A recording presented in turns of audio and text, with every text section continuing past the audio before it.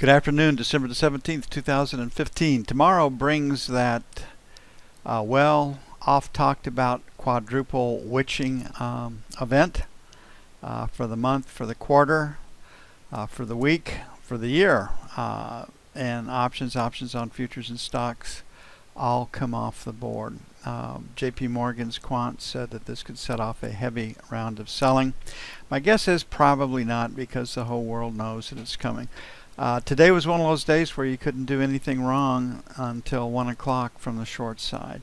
In a couple of days, a month, we'll have a market that just trends from the opening, never looks back. And from the buy side or the sell side, today we had one of those days. The trades that set up prescribed trades, there was a retest failure up here before the day session opened. This S before the day session opened. These three S's, this B right here, made you some money. We played that one, shooting for 3, and ended up with a scratch. So just a 2-point trade. Another fall, retest failure, either one of these two S's, winner. This B right here, small winner, retest failure. Eventually winner, these two S's a winner, and then finally the B's start to work. So like we said several hours ago, that as long as this market stays below 2050, it can sell.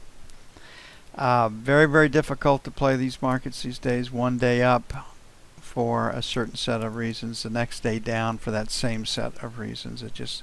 The market doesn't make sense. So really that old adage, trade what you see, not what you think, really is in full effect.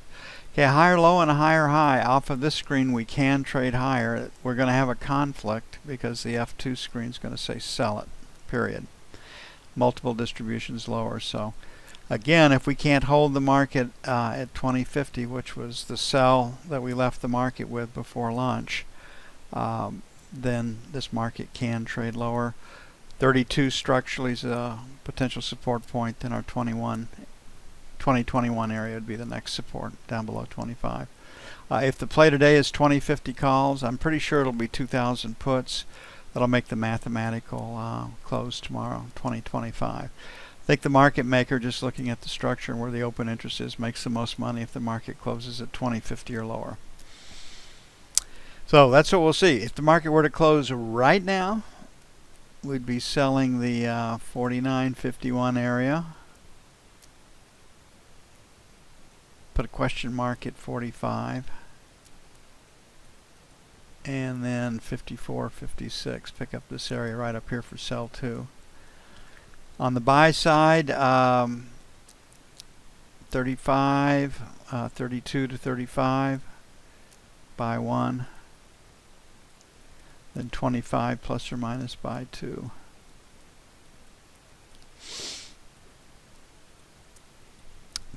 Tomorrow's news, markets flash services, so service PMI,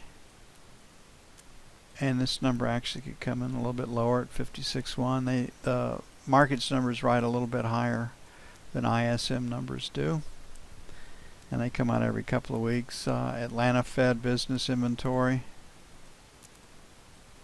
business inflation, excuse me.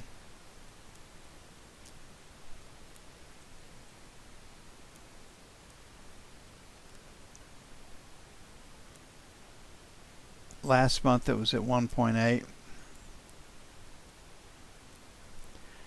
And then last but not least, KC Fed minus, I don't have a forecast. Last month it was at 1.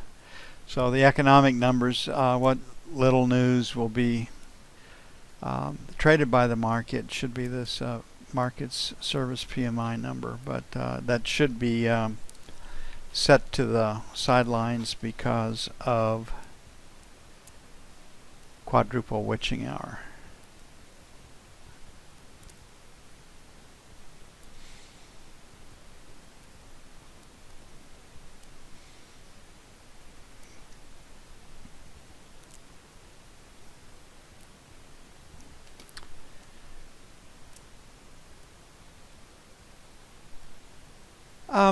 James, I think the difference between a retest failure trade to me is just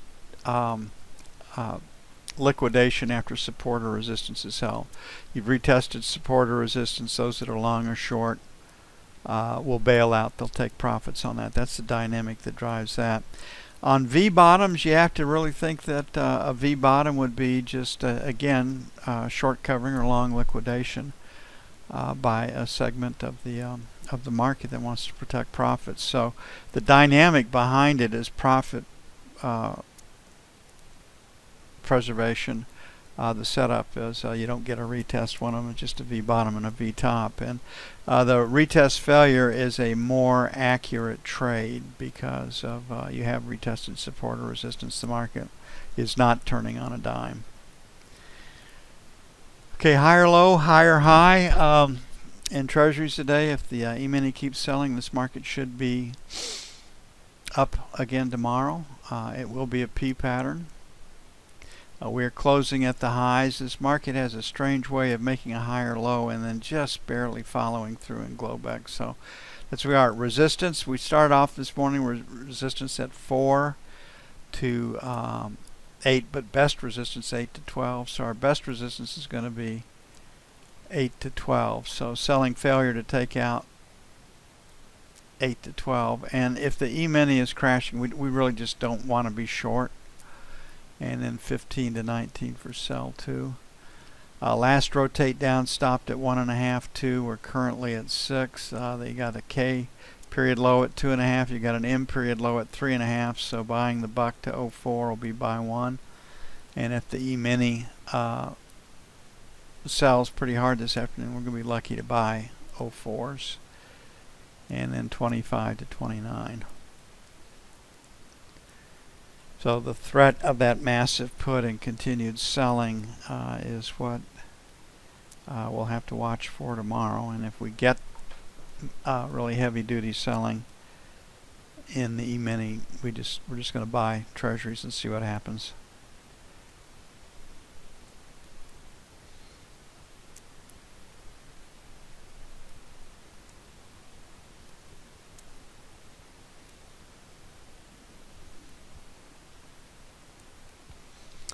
Okay, we have on our website we have the a video, I believe, on the different market participants, their role, and it kind of helps put it all into perspective of who's doing what to whom and why and what might make them move. James, you might want to go take a look at that. Okay, basically sell failure to take out 156, 156.04.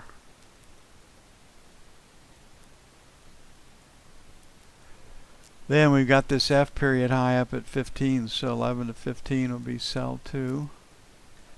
Again, a lot's going to just hinge on what happens in the E-mini. The breakout came at 22, down here at 16, so 17 to 21 by 1. And it might take a 25 to get in, just depending on what the E-mini does this afternoon. And then 5 to 9 will be buy 2.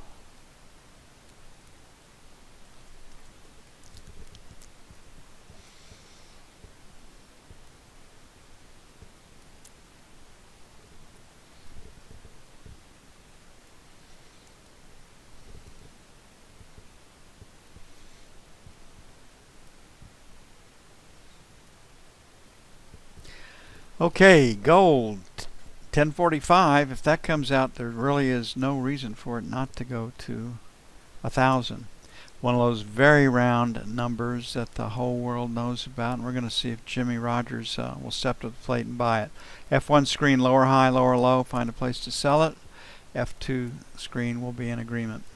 So we have this very, very clean break up here, basically in the 57.60 area. Last rotate up in the morning session was 54. This afternoon the last rotate up is 51. So maybe split the two, so sell 53s to 55s. Then we have the spill from 60, then 59 to 61. 45, 47 by 1. That's just leaning against support. And then 40. And we'll make it 35, 37 for buy 2.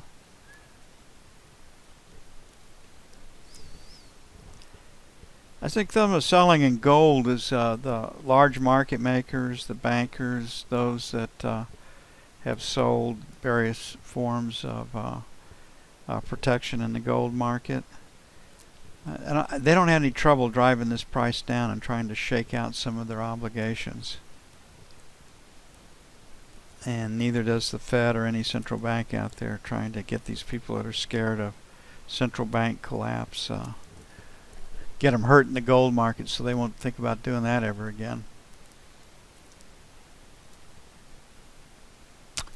Crude headed lower. I think we're going to get a retest of 35 area for sure. Maybe not tomorrow. Inside day, very, very weak close. The F2 screen will show a pretty solid B.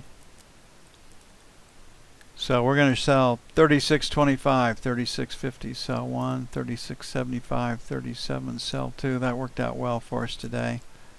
God, support's right at 36, so a little bit lower. So 35, 50, 75, buy 1, and then 35 even, buy 2. And I really don't like the buy 1, but that's where go to a little bit lower, take it a little bit lower in the overnight session, scoop it up down there. We'll see if that happens. Do like the short side.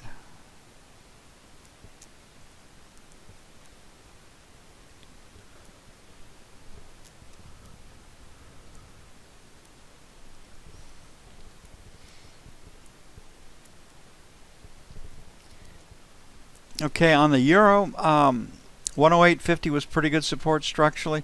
Next really good support, I believe, is at 107.50. And for those of you that trade London time, you gotta. Okay, we have that rotate there at 108. We're close enough to that, so stops below 108. We have a high volume number at 62. We got a low volume number at 22. We've got this breakout above that high at 30. So 108 is going to be first support, then basically 25 plus or minus will be off of the screen, the next level of support, and ultimately 105. Goldman came out a couple of months ago saying 95 for the euro by the end of 2016, and that would certainly make Mario and the others happy. So 108 buy 1, stops below 108, little profit taking there. Got this volume number down at 45, so 107.50 buy 2. On the sell side, pretty clean break at 108.50, so 50 plus or minus sell 1. 75, sell 2. And I imagine the action starts in London tonight.